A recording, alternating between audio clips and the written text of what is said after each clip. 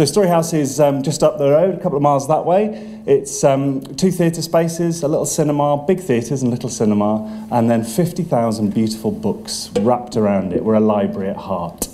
I'm really proud to be so.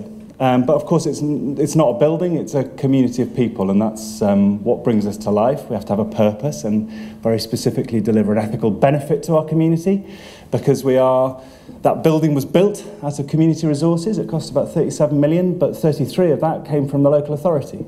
Thanks, Ian. Every year we have a contract for services with the local authority that gives us about 1.2 million. Thanks, Ian. So we have to deliver an output, don't we? We have to deliver an ethical benefit to our community, because it's us, it's my mum, it's my brother, it's all of you that are paying for it. So we have to deliver an ethical benefit, and that benefit is manifest in the people getting together there. What Storyhouse is about building community. It's about gathering people together around the books, around the movies, around the plays and things, but those are the excuses for getting people together. The restaurant with its big sharing tables and its sharing platters of tapasy style food, they're all just excuses. They're not why we exist. They're the excuse we have to get on with the reason we exist as an organisation, which is to gather people together, to build community. If we're doing anything beneficial for our community, it is that. It's you'll come into our building as an individual, but hopefully you leave feeling connected to something bigger than you, part of something bigger than you. And that sense of then individual coherence inside a community really matters.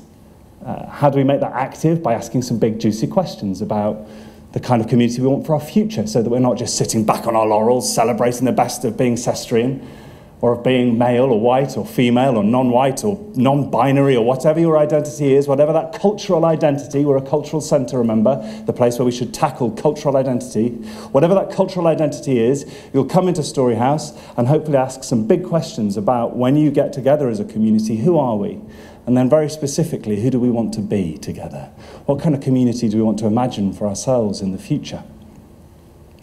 And so that is a plea for diversity, isn't it? Is a plea for as many people as possible. And Brightlife have really supported us through the brilliant work of Nicola, our communities manager, who's very pregnant. Hooray!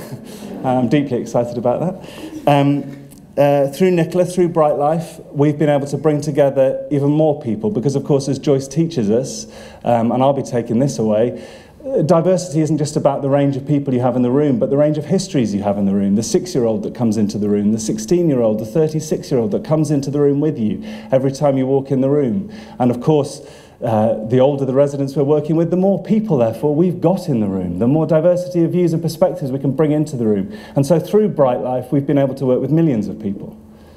Through the thousands that we've been able to engage directly through Brightlife, we've been able to work with millions of people when you think about that multiplier.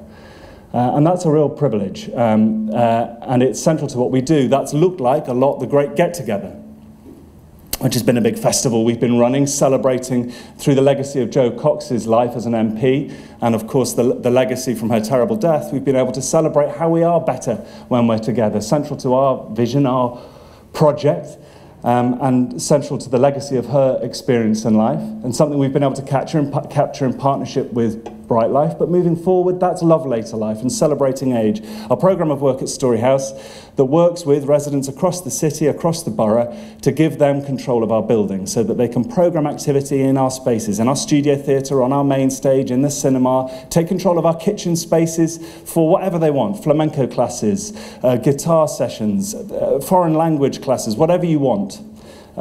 We should be a platform, a vehicle for your creativity, for your cultural exploration, for you to work out a little bit more who we are, not who you are, but who we are when we get together, who we are and how we want to live in our future. And that's a plea, I think. Again, I'm taking this from Joyce, because by God it was clear. It's a plea for optimism, isn't it? It's a plea for faith in the power of humans to adapt and thrive. And in the face of change, we will, if we get together and listen to each other with tolerance and an open spirit, we can just about do anything as a species. And that optimism that rang through Joyce's voice so clearly is what I'll be taking away, is that people are remarkable. I'm really lucky to be a human.